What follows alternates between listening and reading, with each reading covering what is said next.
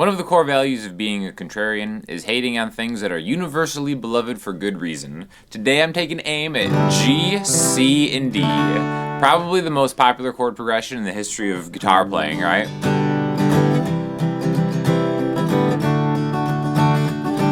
But you won't catch me playing it. No, no, no. Too much of a hater for that. So today we're going to talk about some different ways you can play the same thing, which is just essentially a G, C, and D, but throughout the neck, and go over some cool tips and tricks, alright? So first we're going to focus on just this G chord, and then we're going to move it right here. If this is it, if this is as far as you get in the video, you've already done a good job, because we're just taking a D major shape, but instead of, I'm thinking of the root note being the 3rd fret on the B string, right there. So here's D major, 2 E, 3 B, 2 G, open D. And again, our root note is a D, so either the open D or the 3rd fret on the B string serves as the root note. If we just slide it to the 8th fret, this note, 8th fret on the B string, is a G. So now, this is a G major chord. You can even still get that D in the bass, and now it's just an inversion of a G major, okay? So, regular G major, basic, boring, not getting any points. But then once you get up here, maybe throw a little one of those where you put your pinky on the high E string. There we go. So now you can do this with really any of those chords, right? This is just a major chord that we're moving around. So instead of going G,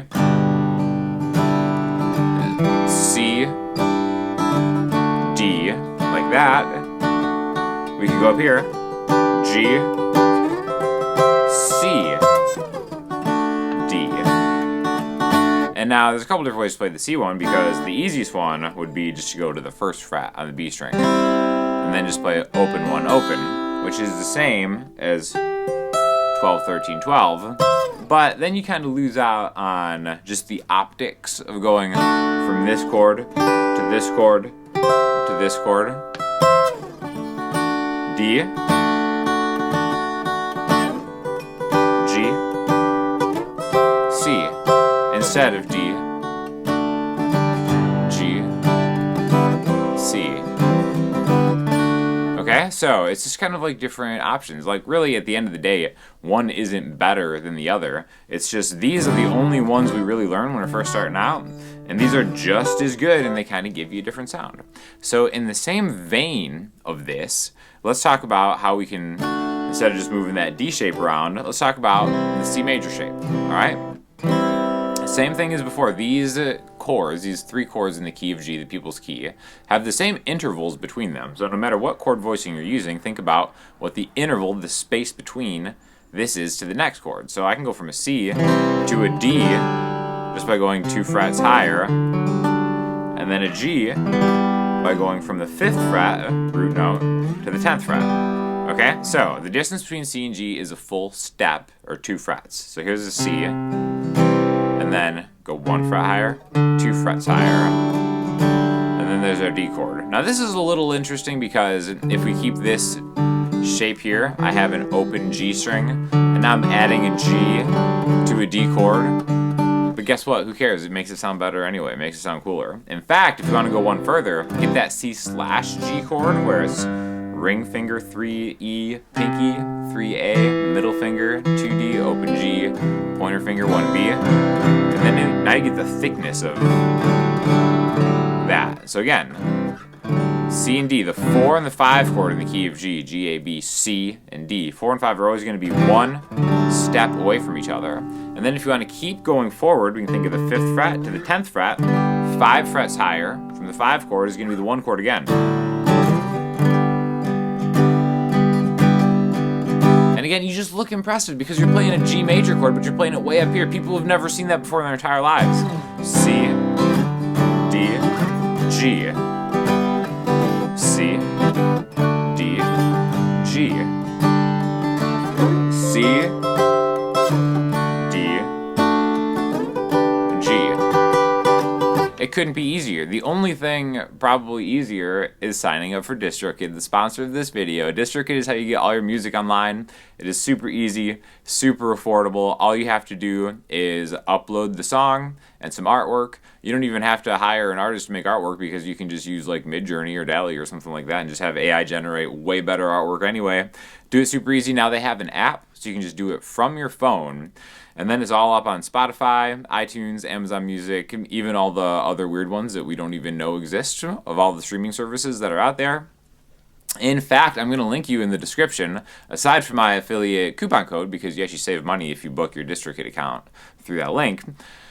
Just released some new music a couple weeks ago with a friend of mine. So I got to play on a track, and it's really just cool, chill instrumental stuff. So check that out.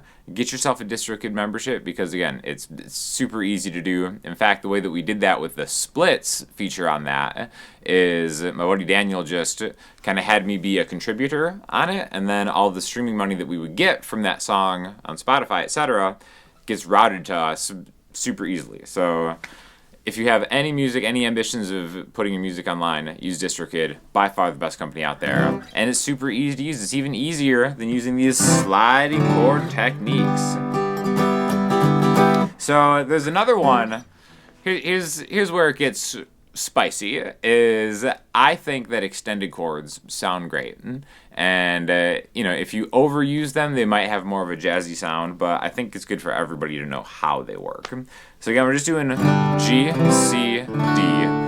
This is short for G major, C major, D major.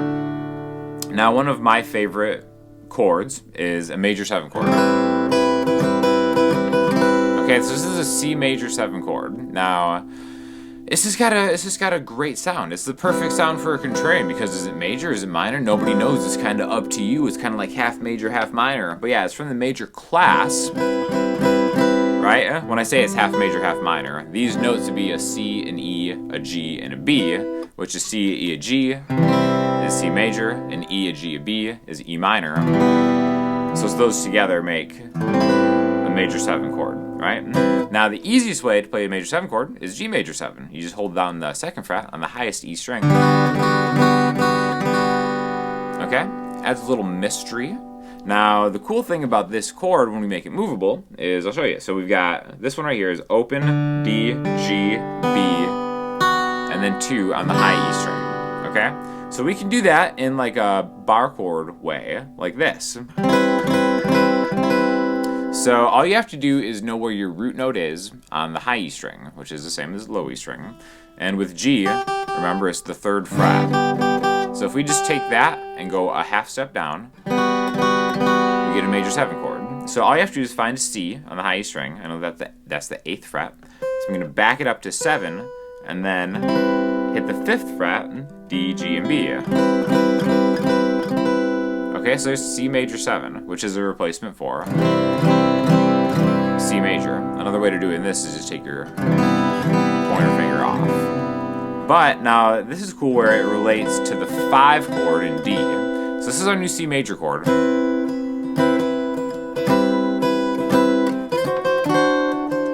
And here's a D7 chord. So this is where the 4 and the 5 chord actually diverge, and they have a little bit of a difference, all right?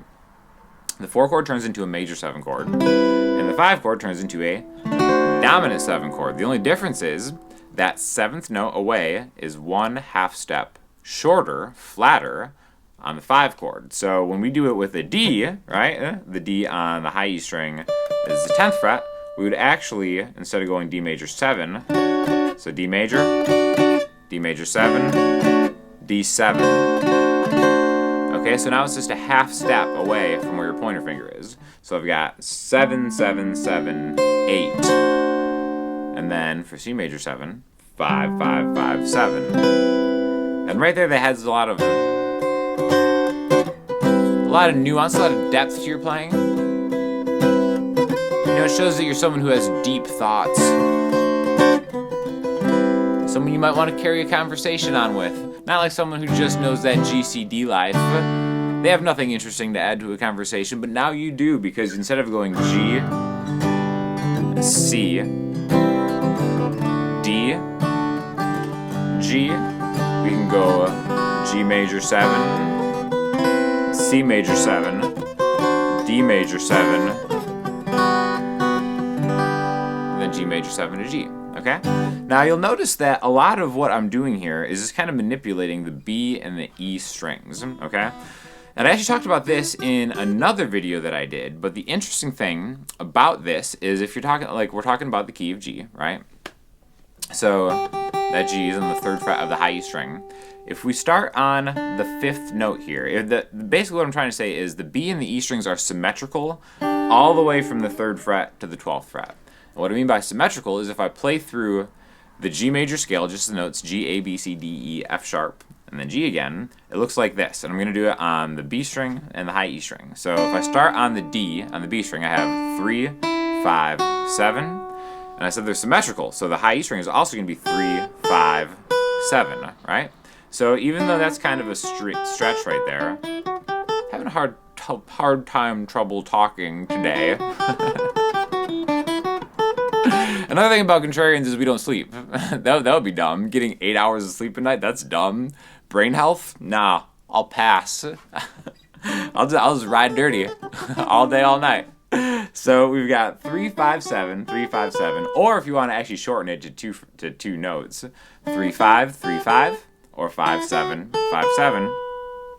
And it keeps going. The same note on the B string is going to be matched on the E string all the way from the 3rd fret to the 12th fret. So I can keep going through the scale. Like let's go 5, 7, 8, 5, 7, 8, 7, 8, 10, 7, 8, 10, 8, 10, 12, 8, 10, 12. It's only until you get past this that you would get the C on the B string and the F sharp on the high E string. But why this is important, and again, if you just want to drill it, I think it's cool doing it just the way that I did it, where it's like 3, 5, 7, 3, 5, 7, 5, 7, 8, 5, 7, 8, 7, 8, 10, 7, 8, 10, 8, 10, 12, 8, 10, 12, G. All that stuff is really helpful when you're doing alternative chord voicings up through the neck. So when I'm doing that G major chord here, I can maybe inflect it with these notes that I know are there, so I can kind of play around it. And in fact, the thing that I like most about this voicing is that you can really kind of milk an ending out of a song, like G, D, C.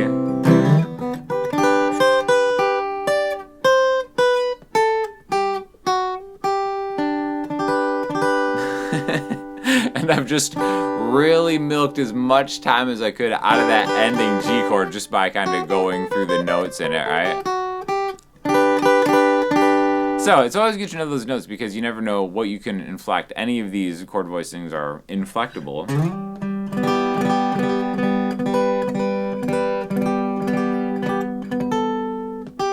Okay, so like right there I'm taking that C major shape, going all the way down to the 10th fret on the G, and then my pointer finger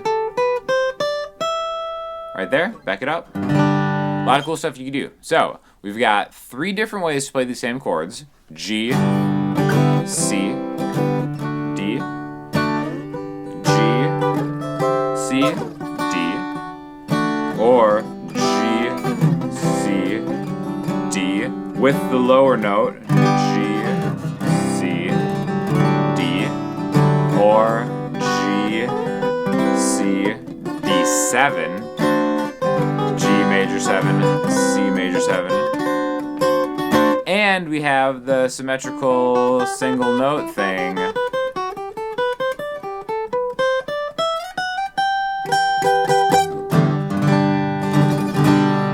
And it sounds great. It sounds like you know exactly what you're doing, but really you're just taking different groups of chord voicings, adding a little symmetrical trick of scale work, and then you sign up for DistroKid and you put the music that you make with these tricks online, and you make mad money. What more could you possibly want from a video? The value here is just amazing. Am I right? So tell me how much you love the video and all the positive feedback and comments that you have from it in the comment section, or hit me up on Instagram or the website, and I'll talk to you all soon. Thanks a lot.